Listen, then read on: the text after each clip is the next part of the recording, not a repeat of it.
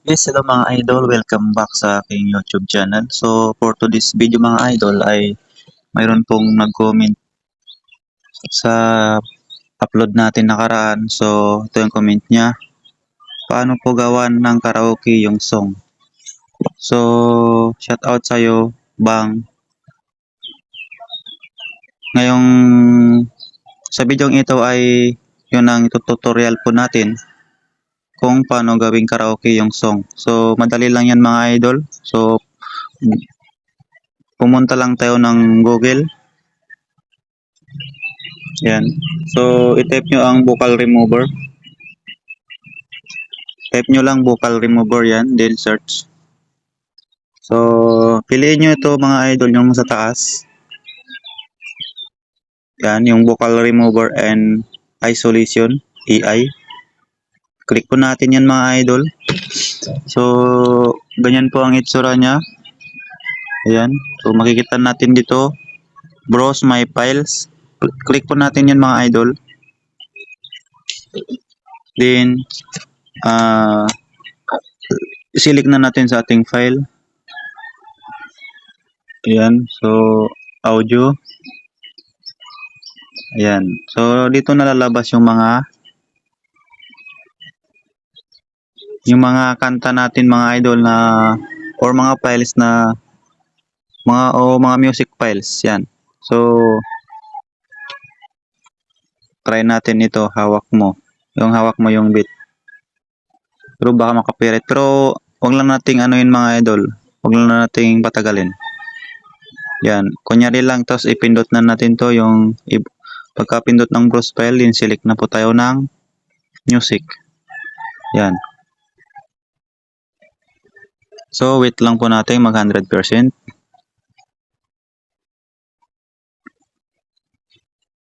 Yan, wait lang natin mga idol. Yan. So,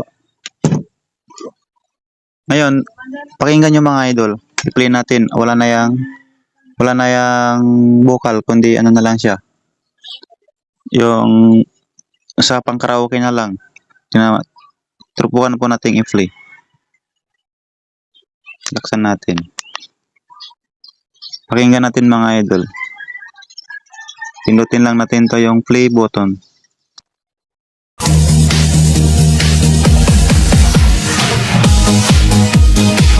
Diba? Kung mapapansin niyo dito mga idol, may music 100. May vocal 0. So, lagyan natin ng vocal. 100 natin. Maririnig natin yan yung boses niya. Play natin.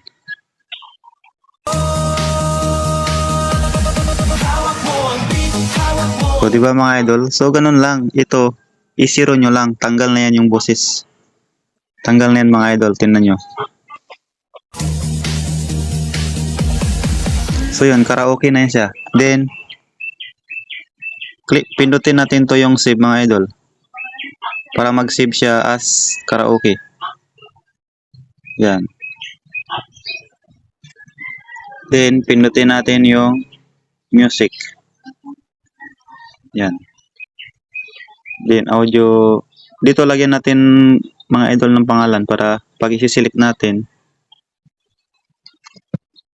madali lang natin hanapin. So, hawak mo ang beat karaoke na lang.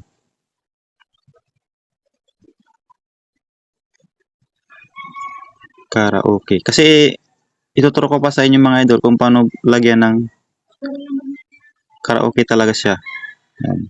Karaoke. Then download. Hawak mo ang beat karaoke. Ayan. Dito na yan siya mga idol. Ayan na siya. So, play natin.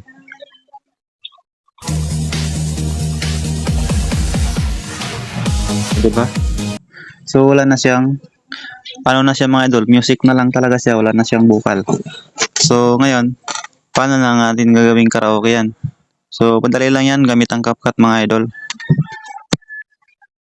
Punta tayo sa CapCut. Punta tayo sa CapCut mga idol. Yan. Pindot nyo lang yung new video or new project.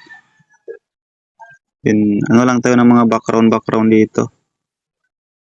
Pwede natin i-background kung anong gusto nyo i-background mga idol. Yung nagmumotor ako, ilalagay ko yung background. Then, click lang natin yung add. Yan. Then, dito pwede haba nyo kung gaano kahaba yung music. Siyempre, pantay natin mga idol. Sa akin kasi nasa 20 seconds yun. Then, ngayon, i-add na natin yung nagawa nating audio. Click add. Add audio. Then, click audio. Pindutin yung sounds. Then, doon na natin hanapin yung nagawa nating audio na karaoke. So, hawak mo ang beat. Yan, ito. Karaoke. Ito guys, oh. Yan. So, hawak mo. Yan. Add mo lang yan mga idol. So, na-add na natin, di ba? So, huwag na natin masyadong ipatagalin yung play. Baka makapirate po tayo. So, yan. For example, na-add na natin ganyan. Yan. Okay na yan. Na-add na. Ngayon, hahanap tayo ng lyrics. So, ng madaling paraan mga idol ay pumunta ka lang sa Google. Pumunta ka sa Google, din i-type mo dito ang hawak mo ang beat. Lyrics. Yan. Then, pindutin mo to, yung Genius or kung anong lalabas dyan. Yan. Bibigyan ka ng lyrics. So, ito yung lyrics niya mga idol. Yan. Verse 1, chorus, verse 2. Yan. So, ito, kupain lang natin yung chorus kasi sa chorus lang yung nagsimula. Chorus lang kukunin natin kasi chorus lang din yung ginawa kong audio. Copy lang natin. Then, balik tayo sa CapCut, mga idol. Yan. Tapos, ipipaste nyo lang dito yung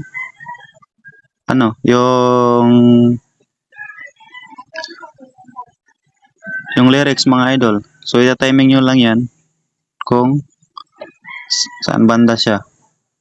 Ang maganda, mag-record din kayo ng ng original dito guys para alam nyo kung saan nagsimula. Diba? Doon nyo ipipaste. So, halimbawa, add tayo ng text. Halimbawa, dito siya nagsimula. Oh. Yan. Halimbawa, dyan nagsimula, din paste mo yan. Paste mo sa text.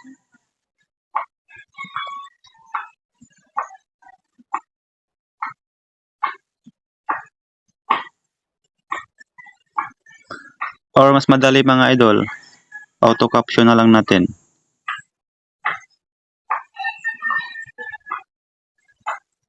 I-auto caption na lang natin. I-add natin yung isang audio.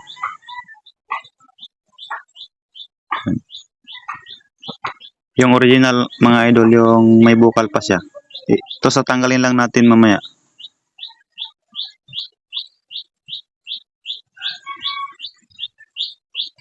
Yan. Yan.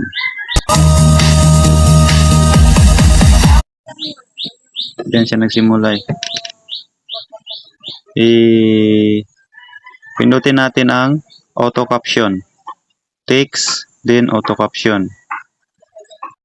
Then, pili ka lang dito mga idol. Meron yan ditong parang, yan, pang singaling. Then, generate lang natin. Dali lang yan mga idol, sundan nyo lang step by step. Mga idol, kapag okay na yan, kapag nakalagay ka na ng music, yan. So, i-play natin yung nagawa natin ha.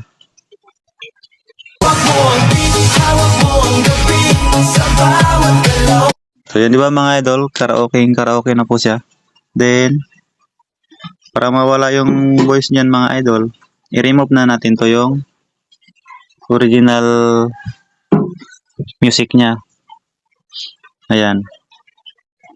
Kasi lagay lang natin to mga idol para may basihan tayo mai-timing natin yung paglalagay ng lyrics.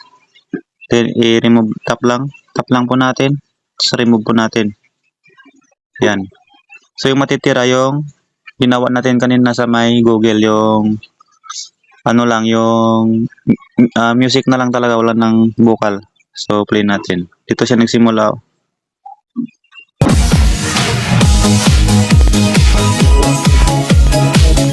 O, di ba? Karaoke na. Ulit pa.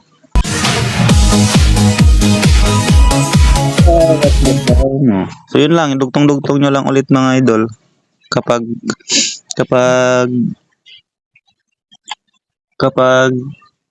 mag-change siya ng lyric, then type nyo lang ulit doon or i-paste. Timing nyo lang.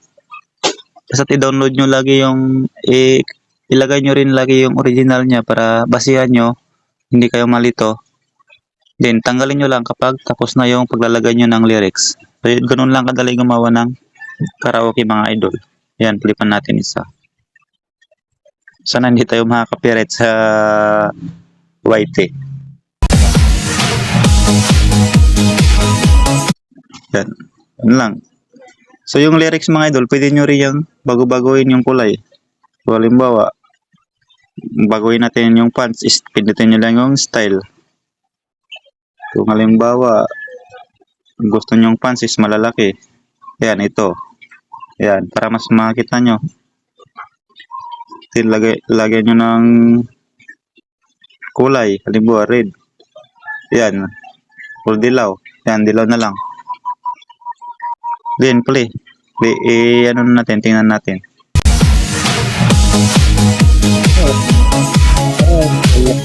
Di ba?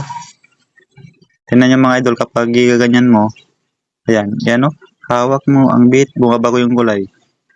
Hawak mo ang gabi sa bawat galaw mo. O, di ba? Para okay na siya mga idol. Yan siyempre, kapag okay na, export mo lang yan. So sa akin, hindi ko nag-click yung export kasi tutorial lang ito para alam nyo mga idol. So yun lang. Maraming salamat sa panonood. Sana may natutunan po kayo sa aking tutorial na ito.